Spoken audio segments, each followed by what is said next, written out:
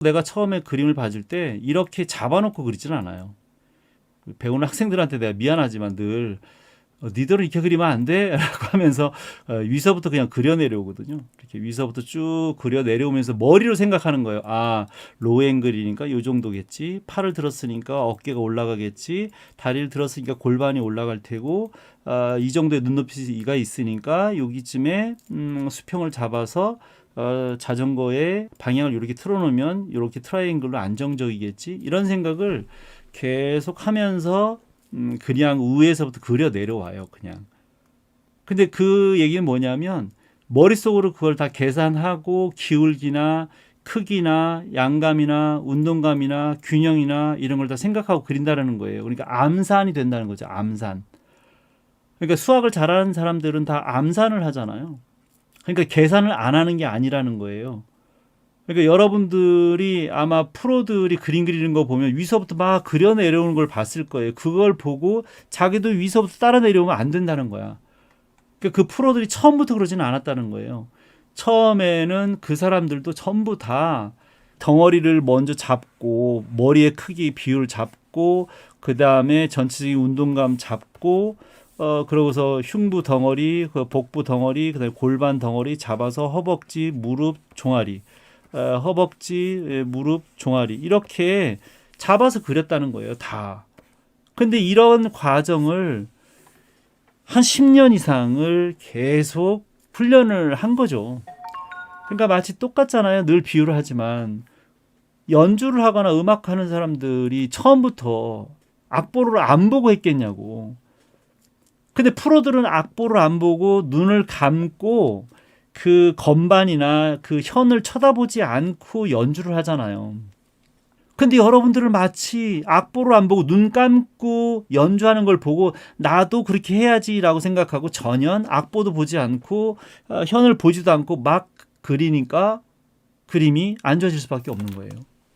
근데 그 프로들이 그렇게 할 수 있을 만큼 무지막지한 그런 반복 훈련이 있었는데 여러분들은 기초를 튼튼하게 다지면서 공부해가면서 이론과 실기를 계속 오랜 동안 반복 학습을 하지 않은 상태에서 프로들의 흉내만 내는 거예요. 그냥 해부학도 잘 모르고 투시도법도 잘 모르고 운동감도 잘 모르고 포스가 뭔지도 모르는 상태에서 계속 얼굴만 예쁘게 그리고 머리카락 옷주름만 그리다 보니 그림이 안 좋아질 수밖에 없는 거죠. 그러지 마라. 다만 내가 그림을 봐줄 때는 그걸 하나하나를 다 이렇게 잡아놓고 그리면 혼란스럽고 정신이 없으니 그래서 처음에는 이렇게 설명을 하면서 그려요. 그 다음에 이제 설명을 해주죠. 이러이러하게 잡은 거야. 아까처럼 이렇게 앵글은 로우 앵글이고 흐름은 이렇게 생겼고 중심은 여기에 있고 이렇게 조형적으로 놔줘야 그림이 좋은 그림을 그릴 수 있어 라고 나중에 설명을 해주죠. 어떤 때는 내가 이거 그림을 그릴 때 노닥거리기도 해요. 인생 얘기도 하고 잡담 얘기도 하고 그렇게 하죠. 그러나 늘 학생들이 그릴 때만큼은 반드시 덩어리를 운동감을 눈높이를 봐서 그런 과정을 반드시 거쳐서 그려야 된다라고 이야기를 해요.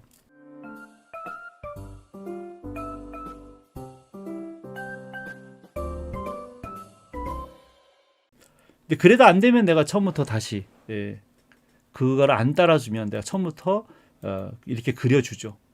처음부터 덩어리부터 잡고 그다음에 눈높이나 이런 걸 잡고 운동감 잡고 그러고 나서 그려라고 하죠. 근데 이제 어느 정도 이제 나한테 배우는 친구들이 좀 이제 시간이 좀 돼서 나름 알아서 이제 그렇게 과정을 잘 거쳐가고 있으면 이제 그림을 그리는 과정을 설명한다기보다 이렇게 연출에 대한 이야기를 주로 하죠. 연출. 그러니까 뭐 계속 해부학이라든지 선 쓰는 거, 포스에 대해서 막 설명하는 거는 한 반년 정도면 되고요. 아예 안 하는 건 아니지만 그 다음엔 주로 이제 연출 얘기를 더 덧대서 더 종합적으로 더 이야기를 해주죠. 그 그림이 이제 뭐가 다른지 이제 그래서 이해를 하셔야 된다 그런 거죠. 별거 아닌 것 같지만 한꺼번에 이 계산을 하는 게 쉽지 않아요. 그러니까 아까도 이제 암산을 한다고 얘기했지만 그 암산이 쉽지 않다는 거. 하나만 하면 괜찮은데 여러 가지 공식을 대입해서 더하기 빼기만 하면 상관이 없는데 곱하기 나누기뿐만이 아니라 여러 가지의 공식을 대입해서 해야 되는 것들이 많잖아요, 그죠?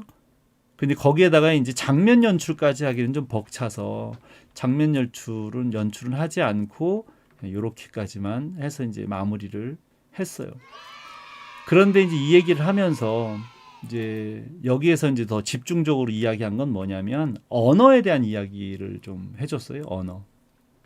단순히 그냥 그 포즈를 그렸다의 문제가 아니라 그럼 과연 언어적으로 이걸 어떻게 받아들일 수 있을까? 이 장면 연출을 한다면 여러분들은 이 포즈를 보면 어떤 느낌의 언어로 이해가 되시나요? 지금은 이거 포즈만 얘기한 건 아니에요. 아까 봤던 거는 그냥 포즈만, 역동적인 포즈만 이야기했다면 이거는 지금 이제 포즈를 그린 다음에 연기 연출을 한 다음에 여기에 어떤 장면을 넣으면 좋을까에 대해서 고민을 좀 해볼 필요도 있다라는 거죠.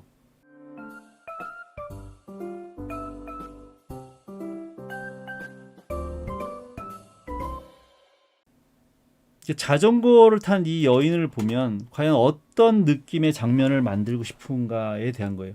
커플이 산책로를 따라 자전거를 타고 가다 바람을 쐬는 장면이요. 커플이어야 돼요? 그러니까 이 여자가 이렇게 저쪽을 보면서 이 다리인 거 보니까 저 물 같아요. 그죠? 강.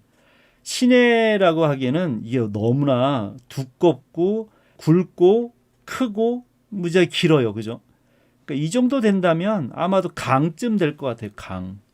아니면 뭐 낭떠러지쯤 될까요? 물이 아니라면. 그래서 커플이라고 하면 저 바깥에를 보면서 웃으면서 내 남자친구가 저기 물속에 빠져가지고 지금 떠내려가고 있어. 야, 너무 좋아. 야, 신난다. 내 남자친구가 떠내려가고 있어. 그런 느낌이요? 영님은 자전거를 잠시 멈추고 난간 넘어 풍경을 감상하는 느낌. 그렇죠. 커플이 아니어서 상관없지만 뭔가 옷차림이 너무 차려입은 것 같아요. 그죠? 뭔가 산책 나온 느낌이에요. 그죠? 그러니까 자전거 하이킹을 나온 거죠. 그냥 운동 삼아서 나온 건 아니에요. 그죠? 언어적으로 보자면 바로 그런 거죠. 이 여자는 지금 운동을 하러 나오지는 않았어요. 그래서 그냥 자전거를 타고 그냥 산책을 나왔다 정도? 예요. 근데 뭐 커플이 뭐 앞에 있거나 커플이 지금 찍어줄 수도 있죠. 남자친구가 지금 이 사진을 찍어줄 수도 있지만 어쨌든 그 여자의 그 포즈만 봐서 느껴지는 필링은 그냥 좀 뭐랄까 좀 산뜻한 느낌이고 청순한 느낌이고 그 아주 자연적인 느낌 이런 거예요. 근데 거기에 그 주요 소재가 지금 자전거라는 거예요. 그러니까 내가 아까도 이제 언어를 이야기하자니까 바로 이런 건데 지금 아까 예은님이 얘기한 것처럼 운동하러 나온 게 아니다 보니까 산책하러 나왔다라고 생각하는 게 바로 왜 그렇게 산책이라고 이제 해석이 됐을까를 가만히 보면 일단 옷차림부터가 운동 옷차림은 아니에요, 그죠? 그 다음에 또 그 자전거 자체가 운동 스포츠용 자전거가 아니에요. 그냥 아빠가 타고 있던 거를 타고 나온 것 같은 느낌. 아주 오래된 빈티지 스타일의 자전거예요. 그런 것들이 마치 언어적으로 청순한 느낌을 가지고 세련된 그런 아주 파워풀한 그런 자전거를 탈 것 같은 느낌이 아니고 옷차림이나 얼굴이나 자전거나 여러 가지로 봤을 때 아주 자연 친화적인 그런 순수한 느낌의 그런 연출이 된 거예요. 그래서 자전거 산책이라고 하는 언어로 받아들여지게 된 거죠.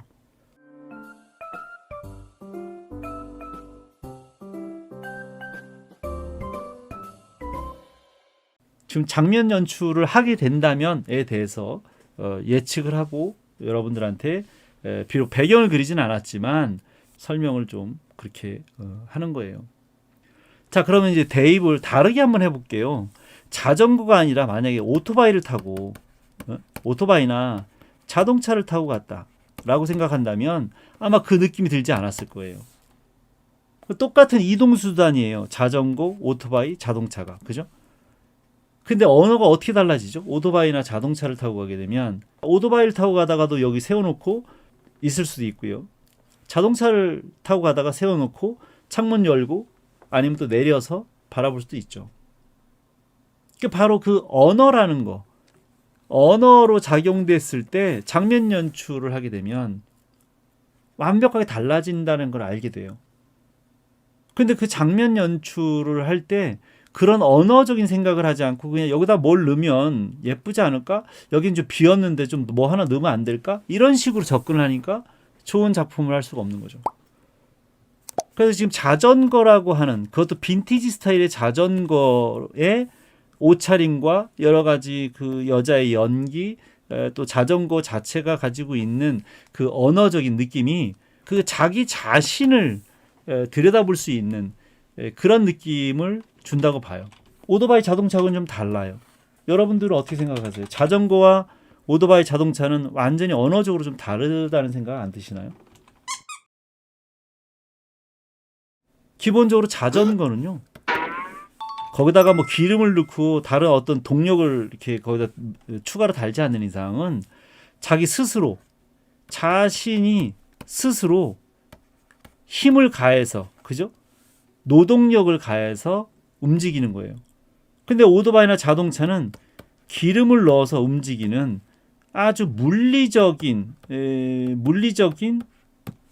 소재예요. 그러니까 그 정서적이지 않다는 거야. 근데 자전거는 스스로 굴려가면서 가야 되기 때문에 상당히 이게 정서적인 느낌으로 와닿는 거예요. 따뜻하게 아주 그 인간적인 느낌으로. 그냥 비싼 자동차와 막 그 아주 역동적인 그런 다이나믹하게 생긴 오토바이를 타고 갔을 때의 그 물리적으로 다가오는 그 느낌하고는 완벽하게 다르죠. 그래서 이 자전거라고 하는 이 언어에 대해서 좀 더 생각을 해보고 장면 연출을 한다고 하면 뭐 정답이 있는 건 아니지만 이 사진은 조형적으로 거의 중앙에 지금 눈높이가 지금 와 있어요. 그리고 이제 이 소실점은 지금 약간 사이드로 빠져 있지만 인물이 지금 거의 중앙에 지금 와 있고 그 다음에 이 턱이 어쨌든 너무 높아서 나는 이것이 너무 좀 부담스러워요. 그래서 사진 작가가 뭐 이 구조물을 뭐 망치로 때려 부시고 나서 사진을 찍을 수가 없어서 어쩔 수 없이 찍었겠지만 그렇지 않다면 나는 그냥 그림에서는 얼마든지 이게 변형이 가능하니까 만약에 일러스트나 애니메이션, 만화 배경으로 만약 그린다고 하면 나라면 아마도 그냥 이 구조물을 없애고 근데 이제 화면은 좀 더 넓혀야겠죠, 그죠? 화면 좀 넓혀서 좀 더 시원하게 그 다음에 뭐 구름 아주 푸르른 하늘에 구름이 좀 떠 있거나 그래서 좀 더 시원한 그런 배경을 만들면 좋지 않았을까? 이런 생각을 좀 하죠. 자, 그래서 배경까지 그리기에는 시간이 좀 그렇고요. 장면 연출상 여자가 지금 서 있는 이 포즈를 좀 분석해 보자면 아까처럼 좀 청순한 운동감을 가지고 있지만 거기에 어울리는 소품 자전거를 또 언어적으로 이제 분석을 해보자면 좀 더 정서적으로 친근감이 있는 그런 빈티지 있는 소재라서 상당히 소재적으로 잘 선택한 것 같다라는 생각이고 거기에 걸맞는 배경을 만약에 그린다면 지금 사진처럼 너무 답답하고 무겁게 막혀 있는 난간은 좀 없애고 연출하면 좋겠다 그런 이야기입니다.